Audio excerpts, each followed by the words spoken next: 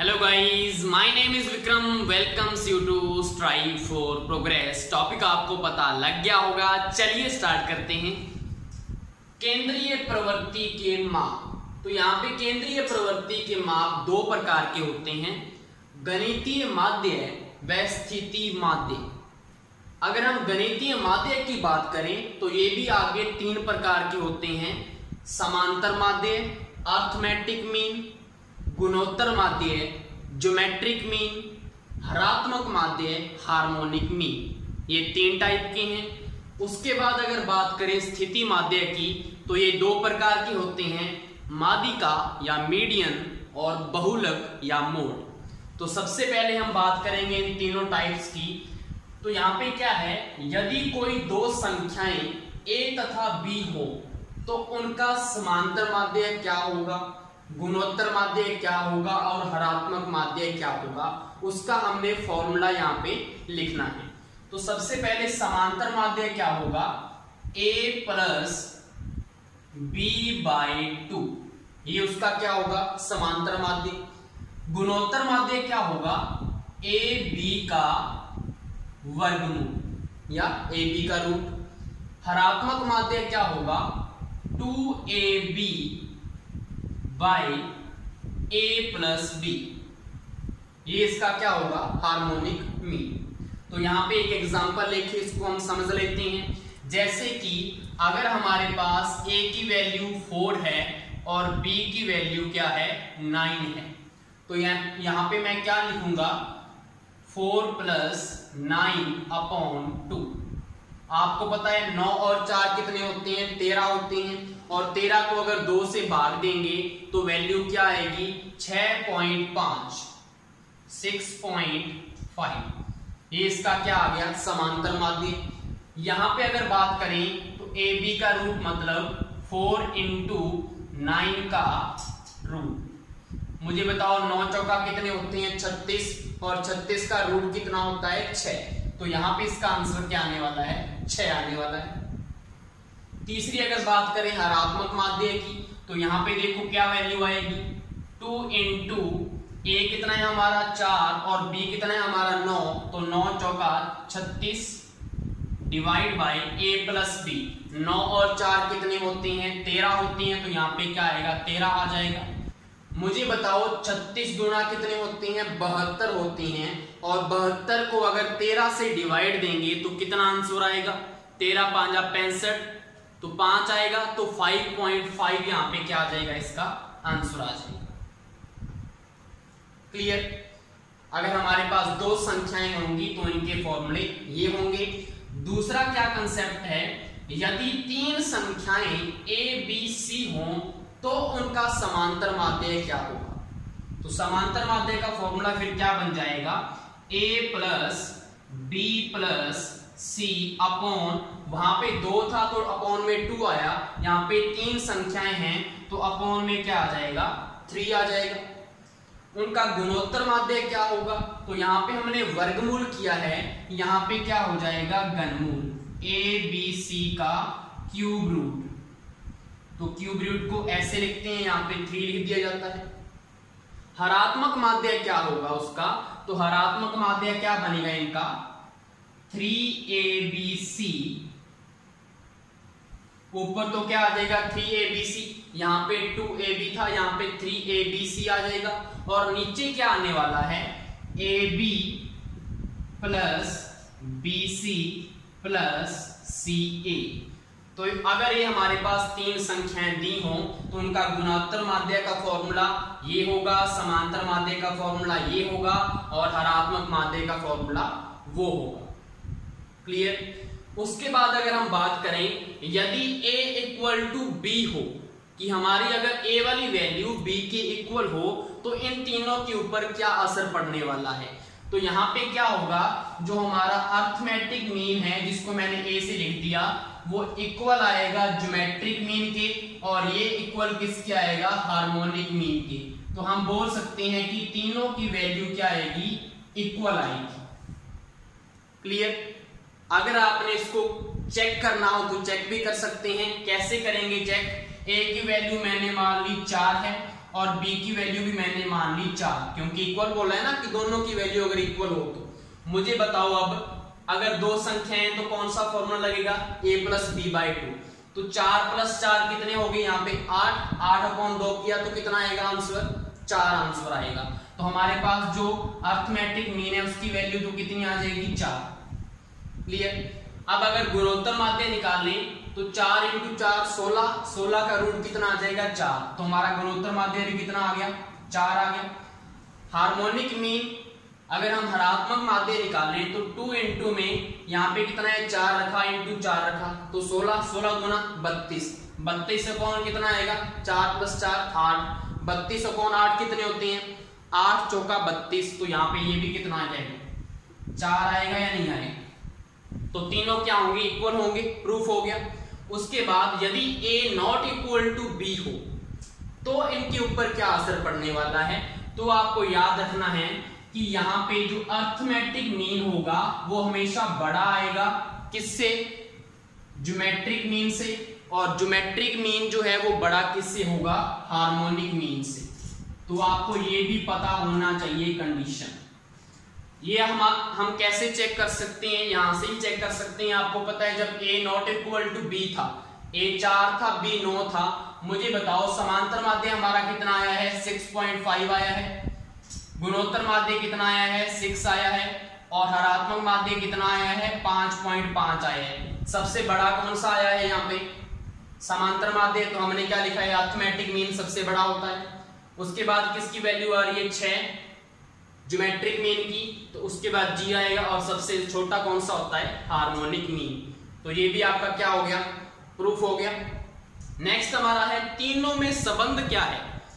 अगर हमें कोई भी दो माध्य दे दिए जाएं और तीसरे माध्य की वैल्यू पूछी हो तो कैसे निकालेंगे, तो तीनों में रिलेशन पता होना चाहिए। तो तीनों में रिलेशन क्या है, तीनों में रिलेशन वाला जो फॉर्मूला है वो है g²। g² का मतलब क्या है, ज्योमेट्रिक मीन का स्क्वायर इक्वल होगा arithmetic mean into harmonic mean. ये आपका इंपॉर्टेंट फॉर्मूला है, इसको भी आपको याद रखना है। ज्योमेट्रिक मीन का स्क्वायर इक्वल होगा arithmetic mean into harmonic mean की। क्लियर यहां तक। इसके ऊपर हम क्वेश्चन भी करेंगे जब हम आगे क्वेश्चन करने वाले हैं। नेक्स्ट हमारा टॉपिक है समांतर माध्य औस या मीन। इसको रिप्रेजेंट किया जाता है x बार से, और इसका फॉर्मूला क्या है, आंकड़ों का योगफल, आंकड़ों का योगफल अपॉन आंकड़ों की संख्या, आंकड़ों की संख्या, ये इसका फॉर्मूला होता है। तो इसके ऊपर हमारे पास एक क्वेश्चन दिया हुआ है, आपको आंकड़े दिए हुए हैं और उनका माध्य हमने ज्ञात करना है। माध्य मतलब समांतर माध्य या औसत। इसको कैसे रिप्रेजेंट करते हैं, हमने बोला था x बार से। तो सबसे पहले हम इसका आंसर निकालते हैं। हमने क्या करना है, आंकड़ों का योगफल करना है। तो योगफल करो सबसे पहले, 4 और 7 11, 11 और 8 19, 19 और 9 28, 28 और 10 38, 38 और 12 कितने होते हैं 50, 50 और 13 63, 63 और 17 80। तो यहाँ पे हमारा योगफल कितना आ चुका है 80 आ चुका है, अपॉन आंकड़ों की संख्या, आंकड़े कितने हैं। तो यहाँ पे देखो 1 2 3 4 5 6 7 और 8 यहाँ पे आंकड़ों की संख्या है। तो हमारे पास मीन की वैल्यू कितनी आ जाएगी 10। ये इसका क्या है आंसर है। क्लियर, सिंपल सा क्वेश्चन था। दूसरा हमारा क्वेश्चन क्या है जो कि इंपॉर्टेंट है, समझने वाला है।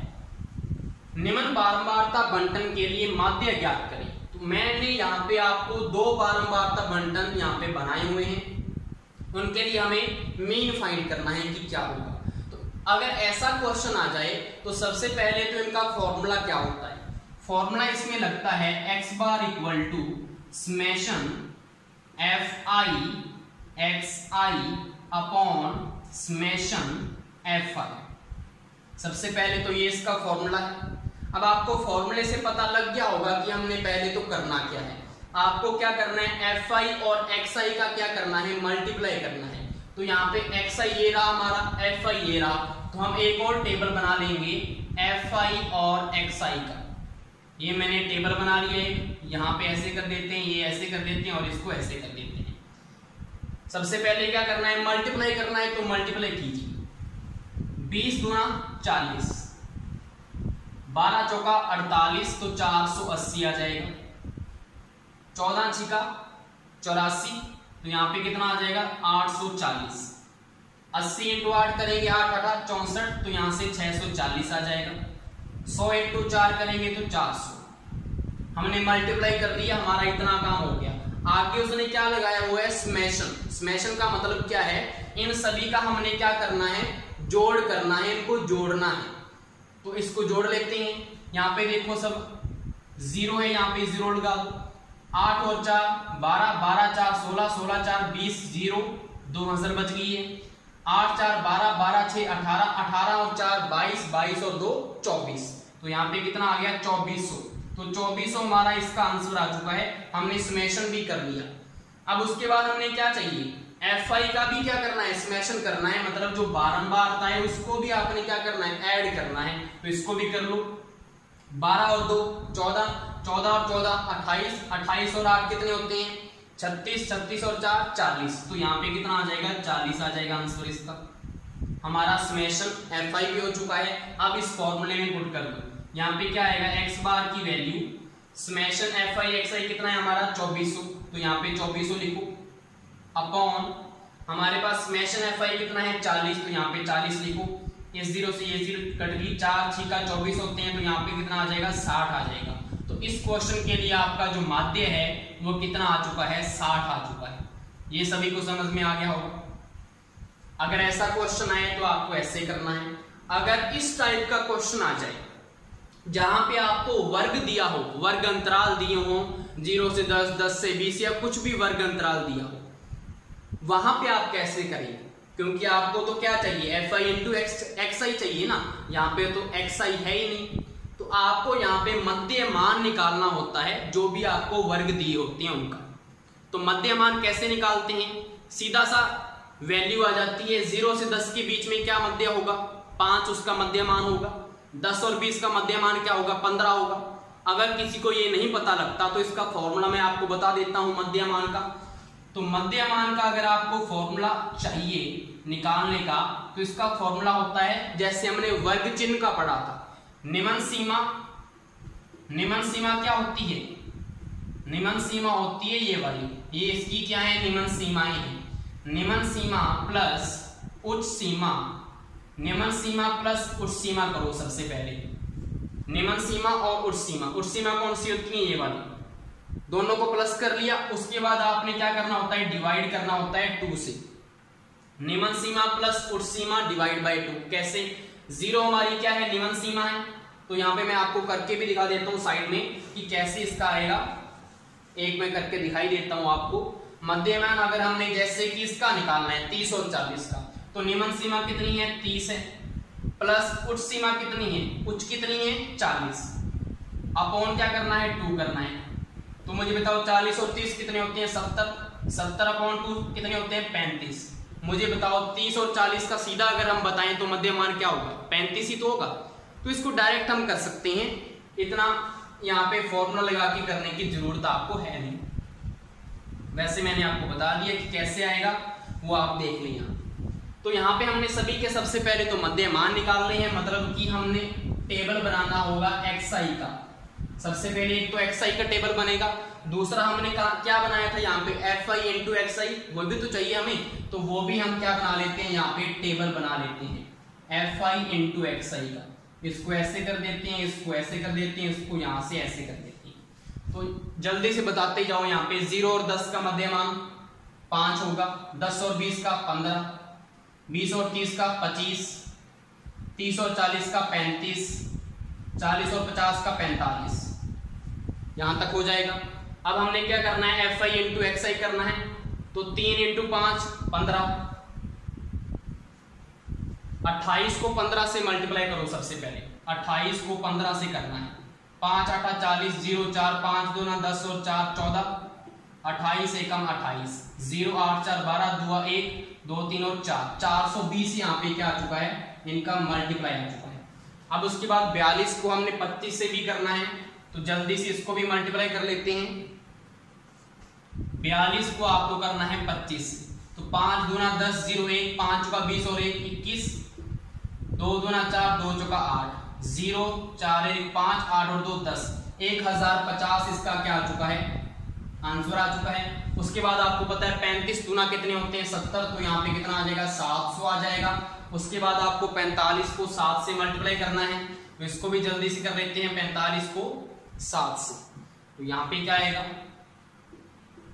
7 5 35, 5 3 7 चौका 28, 28 और 3 31, तो 315 इसका आ जाएगा। तो यहाँ पे हमारा टेबल कंप्लीट हो चुका है। उसके बाद हमने क्या करना होता है, समेशन करना है fi xi का, मतलब इन सभी को जोड़ना है। तो सभी जोड़ेंगे, यहाँ पे 5 यहाँ पे है, 5 और 5 10, 0 1 असर बच गया, 2 और 1 3, 3 और 5 8, 8 और 1 9 और 1 10, 0 1 4 और 7 11, 11 और 3 14, 14 और 1 15, 5 1 1 और 1 2, तो यहाँ पे कितना आ जाएगा 2500 आंसर आ जाएगा। तो x बार की वैल्यू अगर इसके लिए निकाले ऊपर, तो कितना आ जाएगा 2500 डिवाइड बाय समेशन fi कहाँ पे ये रहा, इसको ऐड करना है। 8 और 3 11, 11 और 2 13, 13 और 7 20, यहाँ पे 0 2 4 और 2 6, 6 और 2 8, 8 और 2 10, तो यहाँ पे कितना आ जाएगा 100 आ जाएगा। तो इसका कितना आ गया समेशन fi 100, तो यहाँ पे 100 पुट करो, इन 2 0 से 2 0 कट गया, तो हमारे पास x बार की वैल्यू कितनी आ जाएगी इसके लिए 25 इसका आंसर आ जाएगा। क्लियर। तो हमने क्या किया है, x बार के ऊपर हमारी समांतर माध्यम के ऊपर जितने टाइप के क्वेश्चन बन सकते हैं वो मैंने यहाँ पे करवा दिया आपको। आई होप सो आपको ये क्लियर हो गया होगा। नेक्स्ट हमारा टॉपिक है माध्यिका या मीडियन। इसको m से रिप्रेजेंट किया जाता है। आंकड़ों को आरोही क्रम में व्यवस्थित करने पर प्राप्त श्रेणी का जो मध्यमान होता है वही उसकी माध्यिका होती है। कैसे, चलिए देखते हैं। हमारे पास एक एग्जांपल है, ये हमारे क्या है आंकड़े हैं। आंकड़ों को सबसे पहले हमने आरोही क्रम में व्यवस्थित करना है, छोटे से बड़े की तरफ। तो सबसे छोटा इसमें क्या दिख रहा है आपको, 3 दिख रहा होगा, तो यहाँ पे 3 लिखो। 3 के बाद क्या दिख रहा है, 5 दिख रहा है। 5 के बाद बड़ा 8 है, 8 से बड़ा कौन सा है, 9 है यहाँ पे, और 9 से बड़ा इसमें कौन सा दिख रहा है, 15। 15 से बड़ा कौन सा है, 16, और 16 के बड़ा कौन सा है, 20 है। तो आंकड़ों को आरोही क्रम में व्यवस्थित करने पर प्राप्त श्रेणी का मध्यमान ही उसकी क्या होगी, माध्यिका। मध्यमान कैसे देखेंगे, यहाँ पे देखो, यहाँ पे ये 3 है इधर और यहाँ पे ये 3 इधर है, तो इसका मध्यमान क्या होगा, 9। तो 9 इसकी क्या होगी, माध्यिका होगी या मीडियन होगा। क्लियर, ये तो आपको पता लग गया।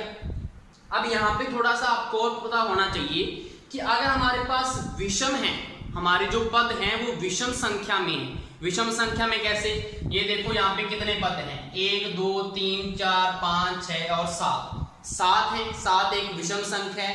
तो हमारे पास अगर पदों की संख्या विषम हो तो उसका डायरेक्ट फॉर्मूला क्या लगता है, n+1/2 वहां पद, उस पद की वैल्यू आपको लिखनी होती है। कैसे, इसको इसी में अप्लाई करके देख लेते हैं। हमें पता है कि ये विषम पद है हमारे, तो आपको कैसे निकालना होगा यहाँ पे मीडियन। तो मीडियन कैसे आएगा, n+1, n कितने हैं टोटल 7, तो 7+1/2 वहां पद, 7 और 1 8 होते हैं, 8 को 2 से डिवाइड दोगे कितना आएगा, 4, तो चौथा पद। ये कहां पे देखना है आपने, इसमें नहीं देखना आपने, जो आपने आरोही क्रम जो सेट किया था उसमें चेक करना है चौथा पद कौन सा होगा। चौथा पद देखो 1 2 3 4, ये वाला इसका क्या है, चौथा पद है, तो यही इसका क्या होगा, आंसर होगा, मीडियन होगा। क्लियर। ये हमारे फॉर्मूले क्यों बने हुए हैं, ये हमारे फॉर्मूले बने हैं सम संख्या के लिए, क्योंकि जब भी सम संख्या आती है तो उसको हम ऐसे नहीं कर सकते कि 3 इधर से बना दिए 3 इधर से बना दिए, मिडल में वैल्यू आ जाएगी, उसमें नहीं आएगी, उसमें 2 पद आएंगे उसमें, तो हम किसको मीडियन बताएंगे। तो उसके लिए ये फॉर्मूले बने हुए हैं। अगर हमारे पास सम संख्या में पद हैं उसका फॉर्मूला क्या होगा, n/2 वहां पद प्लस n+2/2 वहां पद डिवाइड में 2। कैसे, इसको इसी पे अप्लाई करके देखते हैं। हमारा नेक्स्ट क्वेश्चन क्या है, एक परीक्षा में 10 छात्रों के निम्न प्राप्तांकों की माध्यिका क्या होगी। आपको पता लग गया 10 छात्र हैं, आपको गिनने की जरूरत नहीं है, तो आपको पता है ये एक सम संख्या है, तो यहाँ पे सीधा इसको अप्लाई करो आप। तो मीडियन की वैल्यू कैसे निकालोगे आप, n/2 वहां पद, n कितने हमारे टोटल 10 पद है, तो 10/2, 10/2 वहां पद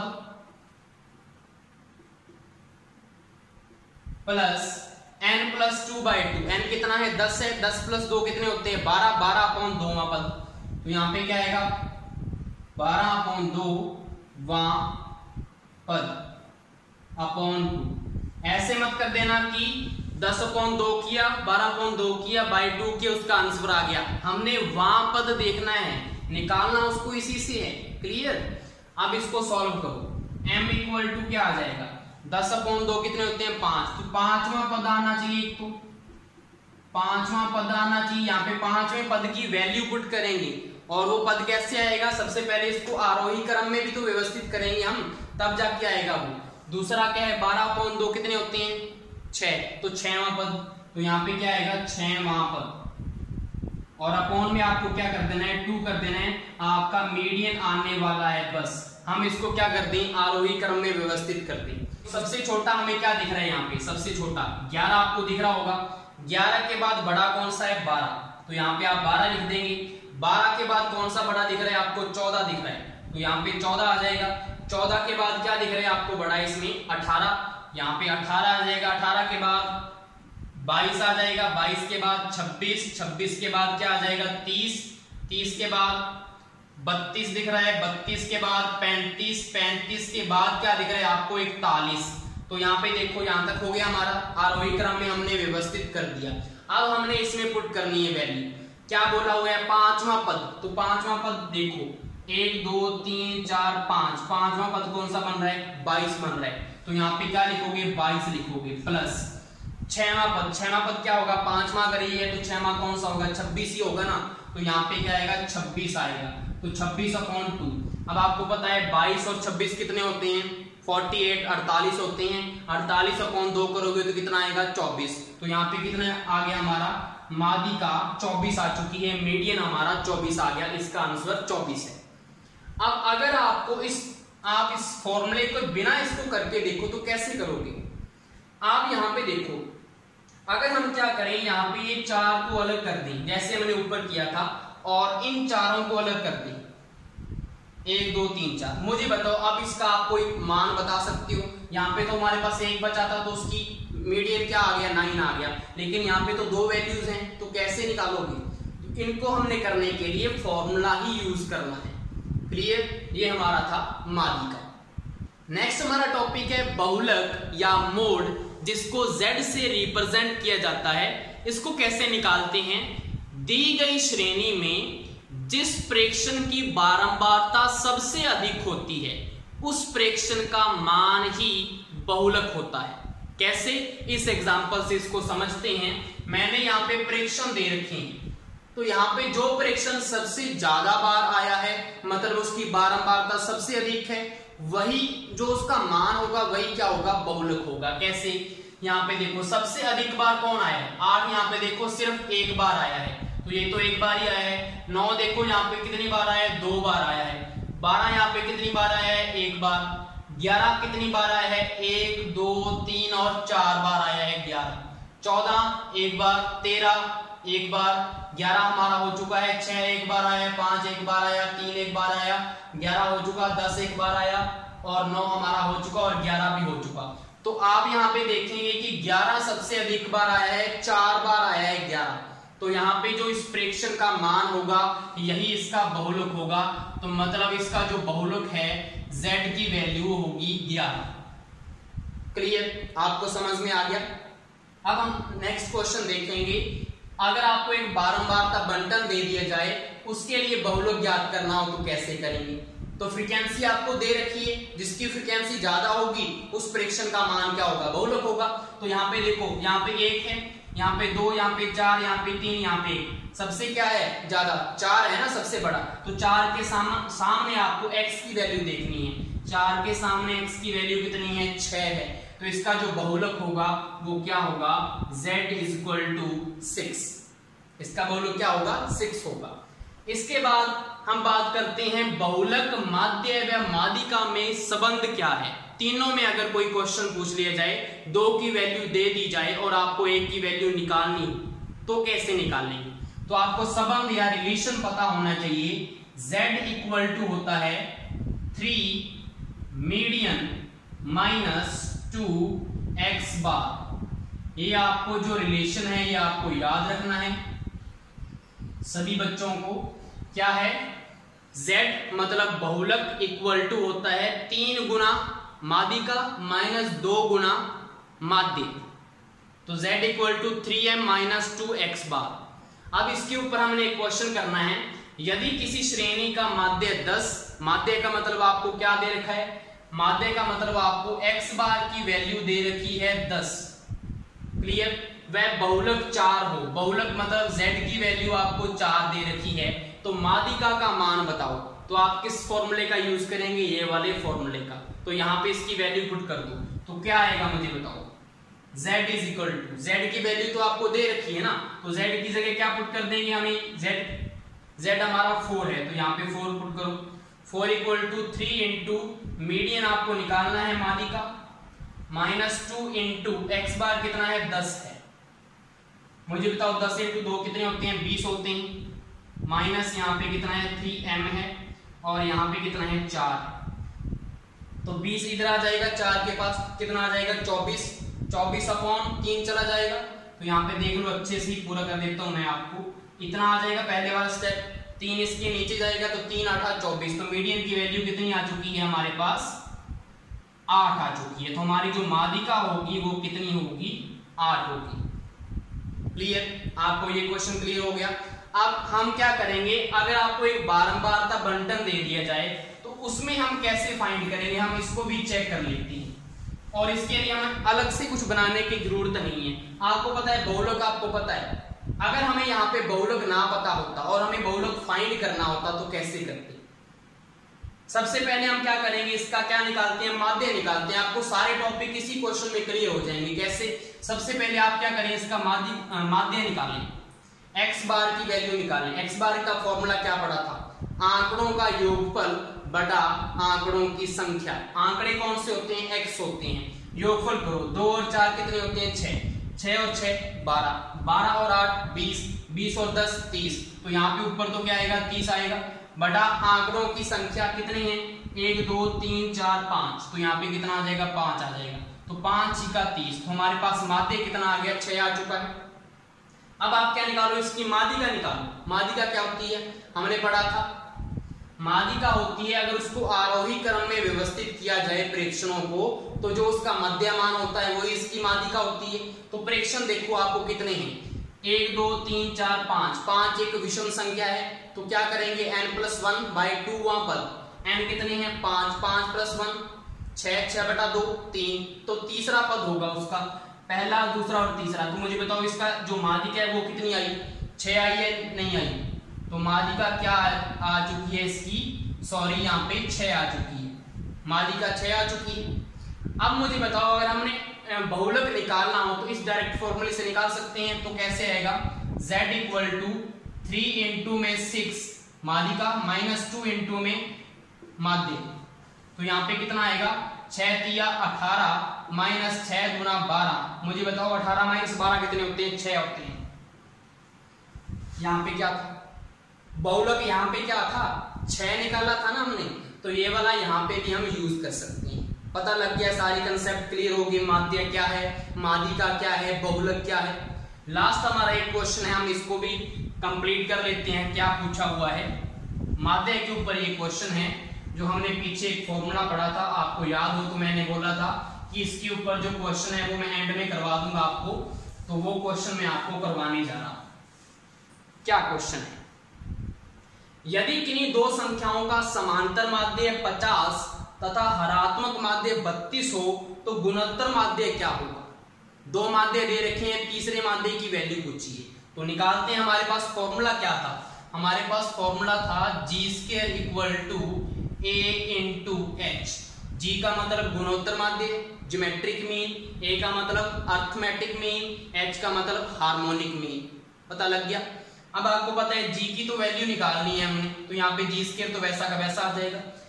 ए कितना दिया हुआ है, समांतर माध्य 50, तो यहाँ पे 50 लिखो, मल्टीप्लाई एच कितना दिया हुआ है, हरात्मक माध्य 32, तो यहाँ पे 32 लिखो। अब आपको गुणोत्तर माध्य निकालना है तो जी की वैल्यू निकालनी है, तो यहाँ पे स्क्वायर हटेगा तो रूट आ जाएगा, तो 50 इंटू 32 का क्या आ जाएगा, ऊपर रूट आ जाएगा, यही आएगा। अब इसको सॉल्व करना है। 50 को क्या लिख सकते हैं, 25 इंटू 2, 25 इंटू 2 आ जाएगा, इंटू में 32 को क्या लिख देंगे, 16 गुना 32, तो यहाँ पे 16 इंटू 2 आ जाएगा।